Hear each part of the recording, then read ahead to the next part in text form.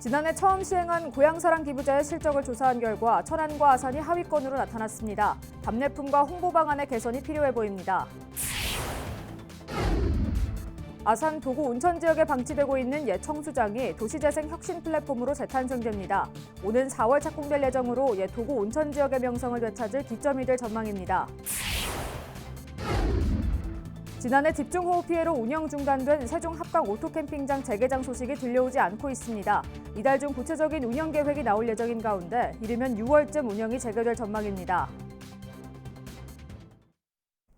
시청자 여러분 안녕하십니까? BTV 뉴스입니다.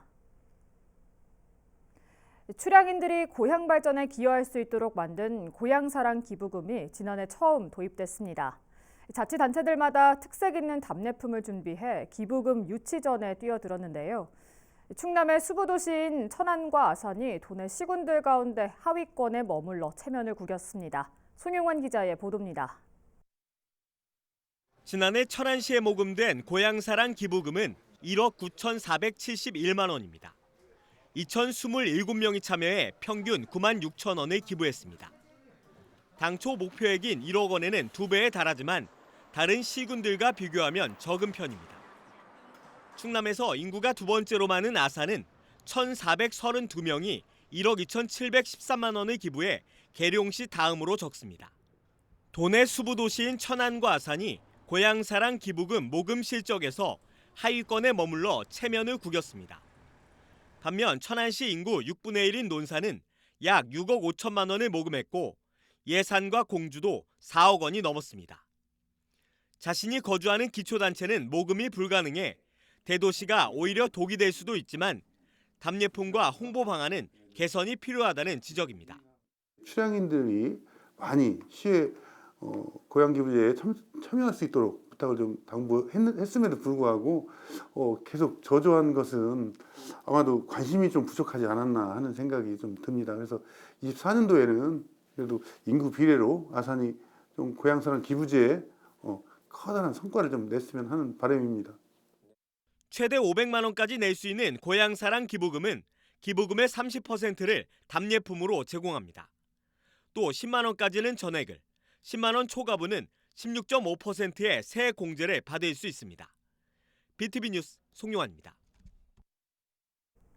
아산 도구 온천 지역에 방치되고 있는 옛 청수장이 도시재생 혁신 플랫폼으로 재탄생됩니다. 도구 주민은 물론 청년과 방문객 모두가 활용하고 이용할 수 있는 거점 공간으로 다양한 창업 공간은 물론 휴식 그리고 기억을 통해 옛 도구 온천 지역의 명성을 되찾을 기점이 될 전망입니다. 보도에 김장섭 기자입니다. 온천 관광 산업이 쇠퇴하면서 침체기에 들어선 아산 도구 온천 지역. 시는 지난 2021년부터 도구 지역 활성화를 위해 30여 년간 방치됐던 옛 청수장을 핵심 거점으로 한 도시재생 사업을 추진했고 같은 해 국토부의 도시재생 인정사업 공모에 선정되면서 추진 동력을 얻었습니다. 그리고 지난해 말 실시 설계 용역이 완료되면서 혁신 플랫폼 건립이 가시화됐습니다. 도구 온천 지역 혁신 플랫폼인 스페이스의 도구가 오는 4월 착공될 예정입니다. 워케이션과 창업 공간을 제공하는 청수 스토어를 비롯해 치유와 녹지 휴식 공간인 기곡 파빌리온, 옛 청수장의 기억과 추억, 그리고 커뮤니티 공간인 도구 아카이브로 구성됩니다. 사업비는 모두 103억 원이 투입됩니다. 도구 주민들을 중심으로 청년은 물론 도구 지역 방문객이 활용하고 이용할 수 있는 도시재생 거점 시설입니다. 이 혁신 플랫폼을 기점으로 쇠퇴한 도구 온천 지역에 활력을 불어넣을 것으로 기대하고 있고요. 옛 도구 온천의 명성을 되찾고 향후에도 지속 가능한 도시재생이 될 것으로 기대를 하고 있습니다. 옛 도구 온천 지역의 명성을 되찾는 시작점이 될 스페이스의 도구는 오는 2025년 12월 준공될 전망입니다. BTV 뉴스 김장섭입니다. 지난해 여름 세종시에 쏟아진 기록적인 폭우로 금강변에 설치된 여러 공공시설물이 큰 피해를 입었는데요. 그중에서도 특히 합강 오토캠핑장은 전체가 물에 잠겨 쑥대밭이 된 바 있습니다. 하지만 반년이 지난 지금도 야영객을 받지 못하고 있다는데요. 과연 언제쯤 재개장이 가능할지 김우순 기자가 취재했습니다. 지난해 7월 15일 쏟아진 집중호우로 그야말로 물바다로 변했던 세종시 합강 오토캠핑장. 그로부터 정확히 6개월이 지났지만 아직도 재개장을 하지 못하고 있습니다. 그동안 정비를 통해 야영장은 어느 정도 제 모습을 찾았지만 전기나 오수 처리 시설 등은 여전히 그대로입니다. 캠핑장 안쪽엔 지난 집중호우 당시 침수 피해를 입었던 76대의 카라반과 캐빈하우스 등이 처리되지 못한 채 이렇게 방치돼 있습니다. 아직 보상 절차를 마무리하지 못했기 때문입니다. 세종시는 현재 진행 중인 복구 설계를 이달 중 마무리 짓고 향후 캠핑장 운영 방안을 정한다는 방침입니다. 이를 토대로 다음 달 복구 공사에 착수해 늦어도 오는 6월까지는 재개장하는 것을 목표로 하고 있습니다. 또 수해를 입은 합강 캠핑장을 다양한 야영 문화를 즐길 수 있는 고품격의 캠핑장으로 재조성해서 운영하도록 계획을 만들어 나가겠습니다. 아직 구체적인 방향은 나오지 않았지만 바베큐존이나 체험존과 같이 구역별 테마가 있는 야영존을 운영한다는 구상입니다. 또 집중호우 때 가장 큰 피해를 입었던 정박용 카라반존은 사라지는 대신 캠퍼가 직접 끌고 와 이용하는 개별 카라반존이 들어설 예정입니다. 이에 따라 침수 피해를 입은 카라반은 지방재정 공제회로부터 보상 절차가 마무리되면 매각하거나 자체 활용하는 등의 방안이 모색될 걸로 보입니다. 오는 6월쯤 재개장을 목표로 하고 있는 합강 오토캠핑장. 하지만 곧바로 장마철로 접어드는 만큼 집중호우에 따른 침수 피해 우려는 사그라지지 않을 전망입니다. BTV 뉴스 김우순입니다. 아산 배방 곡교천 둔치에 설치된 일부 체육시설들이 이용할 수 없을 정도로 방치되고 있습니다. 쓰레기 불법 투기 역시 기승을 부리면서 체계적인 관리가 필요해 보입니다. 보도에 김장섭 기자입니다. 천 생태하천 조성지입니다. 축구장으로 조성됐던 공간에는 잡초만 무성합니다. 한쪽 구석진 곳에 쓰러진 골대는 수풀로 뒤덮였습니다. 인근 족구장도 사정은 마찬가지. 방치된 지 오래입니다. 쓰레기 투기도 문제입니다. 보시는 것처럼 하천 뚝방길에는 영농 폐기물은 물론 생활 쓰레기가 가득 쌓여 있습니다. 하천 주차장에는 여기저기 쓰레기가 널려 있고 심지어 불을 피운 흔적도 쉽게 찾아볼 수 있습니다. 시설 내 야영을 금지한다고 안내가 붙었지만 있으나 마나입니다. 야구장 근처에는 버려진 매트리스가 그대로 방치되고 있습니다. 곡교천처럼 싹 정비해갖고 하면 다른 시민들도 많이 산책, 여름이나 날 좋을 때 정말 산책 많이 하거든요. 지난 2020년시는 부족한 예산을 내세우며 중장기적으로 체육시설에 대한 정비 계획을 세우겠다고 밝혔지만 변화는 없었습니다. 오히려 현재 금강위역환경청에서 해당 구역에 대한 하천 정비 사업을 진행 중인 만큼 사업이 끝난 뒤에나 조치가 가능하다는 입장입니다. 다만 방치되고 있는 체육시설에 대해서는 현장을 확인한 뒤 철거하겠다고 밝혔습니다. 쓰레기 투기 역시 단속과 계도를 병행하고 있지만 개선되지 않고 있는 상황.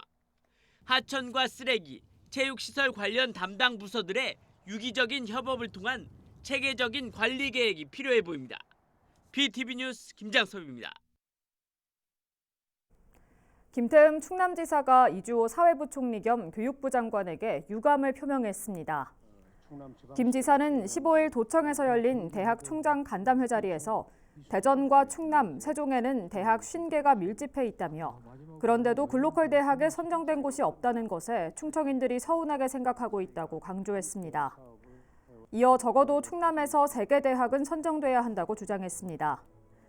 앞서 이 부총리는 지난해에는 아쉬움이 남겠지만 올해는 좋은 성과를 내길 바란다며 충남에 대한 기대가 크다고 말했습니다. 공직선거법 위반 혐의로 1심과 2심에서 벌금 1,500만 원을 선고받은 박경기 아산시장에 대한 대법원 판결이 오는 25일에 열릴 예정입니다. 박 시장은 제8회 전국 동시지방선거에서 상대 후보인 오세연 후보에 대한 부동산 투기 의혹을 제기한 것과 관련해 허위 사실을 유포한 혐의로 재판에 넘겨졌습니다. 한편 선거법 위반으로 벌금 100만 원 이상의 형이 확정되면 아산시장직을 상실하게 됩니다.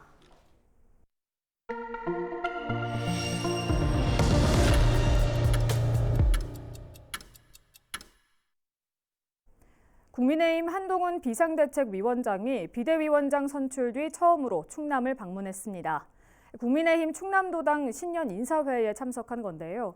한 위원장은 대한민국 전체 생각을 좌우하는 충남의 마음을 얻는 것이 대한민국의 마음을 얻는 것이라며 총선 승리를 다짐했습니다. 보도에 송용환 기자입니다. 충남 예산에서 열린 국민의힘 충남도당 신년 인사회. 윤영길을 충북 청주에서 보낸 한 위원장은 자신은 어릴 적 충청인으로 살았고 서울에 와서도 충청인의 마음으로 살았다고 포문을 열었습니다. 제가 어렸을 때 제가 커가면서 제 인성이나 제 태도나 제 예의나 이런 부분들은 모두 충청인의 마음으로부터 배운 겁니다.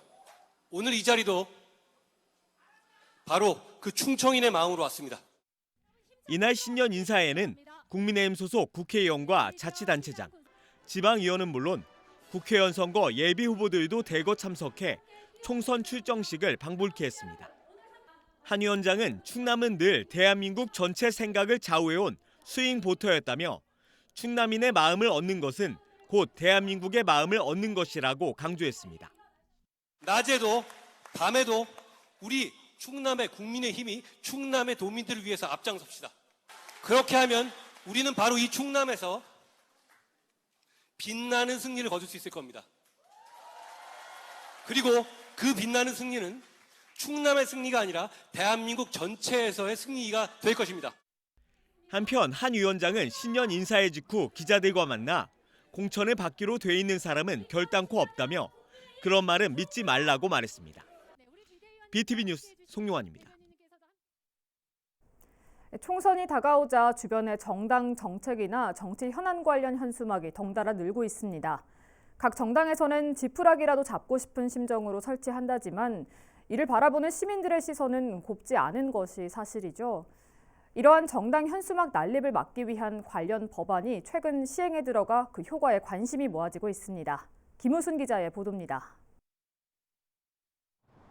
세종시의 한 교차로, 지정계 시대에 설치된 상업 현수막과는 달리 정당 관련 현수막은 아무 곳에나 설치되어 있습니다. 정당의 정책이나 정치 현안 관련 현수막은 설치 장소에 별다른 제한을 받지 않았기 때문입니다. 심지어 개시 기간을 넘긴 현수막도 있습니다. 인근 나성동의 한 교차로, 이곳은 세종시가 집중 관리하기 위해 정해놓은 5곳의 현수막 청정지역 중 한 곳이지만 여기에서도 정치 현수막은 사라지지 않고 있습니다. 이곳 청정지역에서라도 현수막 설치를 자제해 줄 것을 각 정당에 요청하고 있지만 잘 지켜지지 않고 있습니다. 이처럼 정당 현수막 난립을 막기 위한 5개 광고물법 개정안이 지난 12일부로 시행에 들어갔습니다. 이에 따라 앞으로 각 정당이 걸 수 있는 현수막 개수는 읍면동별로 2개까지만 가능합니다. 또 어린이 보호구역이나 소방시설 주변을 비롯해 보행자나 운전자의 안전을 저해하는 장소엔 설치할 수 없습니다. 세종시는 이번에 개정된 내용들이 현장에 잘 반영될 수 있도록 각 정당과 적극 협력하는 한편 용도별 전용 게시대를 확대 설치할 계획이라고 밝혔습니다. 현수막 게시 수요에 맞춰 정치, 공공, 상업용 현수막 게시대 관리와 저단형 게시대를 지속 설치하고 올바른 5개 광고 문안을 정착시키도록 하겠습니다. 총선까지 이제 불과 약 3개월. 관련 법 개정으로 이번 선거에선 정치 현수막 공해를 조금은 덜 겪게 될지 지켜볼 일입니다. BTV 뉴스 김우순입니다. 우리 지역에서 4월 10일 총선에 출마한 예비 후보자들의 출마의 변과 핵심 공약 등을 들어보는 나는 예비 후보다 시간입니다. 오늘은 세종갑 선거구에서 뛰고 있는 더불어민주당 박범종 예비 후보를 만나봅니다. 안녕하십니까. 세종은 범종, 세종갑 국회의원 예비후보 박범종입니다.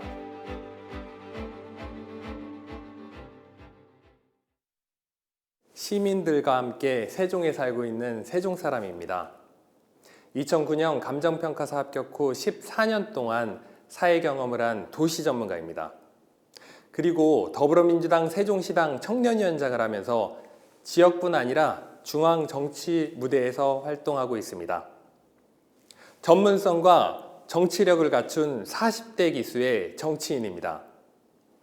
대한민국 정치는 변해야 합니다. 7, 80년대 산업화, 8, 90년대 민주화, 2000년대 들어서 급변하는 세계화를 겪는 동안 대한민국 정치는 과거에 머물러 있습니다. 정치를 뺀 나머지는 눈부시게 성장했고 국민은 위대해졌습니다. 이러한 정치를 변화시키기 위해 출마를 결심했습니다. 세종 갑 지역에는 대표적인 먹자골목인 나성동, 보람동 상권이 있습니다. 각 지역의 상권 활성화를 통해 골목 상권, 중심 상권, 아파트 상권 등 지속적인 정책적 투입이 필요하다고 생각을 합니다. 상권 활성화는 소상공인들에게는 생존권이 걸려있는 문제고 우리 시민들에게는 주변을 편하게 이용할 수 있는 편리성의 문제라고 생각을 합니다. 이를 위해 지역화폐 개선, 세종 상권 활성화 재단 등 임기 4년 동안 상권 활성화를 위해 최선을 다할 예정입니다. 경제가 돌아야 청년들이 세종으로 모이고 활력이 넘치는 도시를 만들 수 있습니다. 경제 걱정 없는 도시 세종을 만들겠습니다. 네, 저는 아이들이 행복한 도시를 꿈꿉니다. 아이들이 주인공인 도시를 꿈꿉니다. 아이들이 행복해야 부모 세대가 행복하고 도시 전체가 행복해질 수 있습니다. 양육, 보육, 교육에 관한 3육 프로젝트를 통해 세종시의 교육 환경을 개선하고 싶습니다. 어린이집부터 대학까지 원스톱으로 교육을 할 수 있는 충청권 교육 1번지를 만드는 게 저의 목표입니다. 이를 위해 온 동네 초등돌봄, 긴급돌봄 서비스, 취약계층 교육 환경 개선 등 세종시의 교육 환경 개선을 위해 최선을 다하겠습니다. 세종을 위해 꼭 필요한 인재는 오직 세종을 위해 일할 사람입니다. 세종을 위해 일할 전문 일꾼, 저 박범종을 지켜봐 주십시오. 고맙습니다.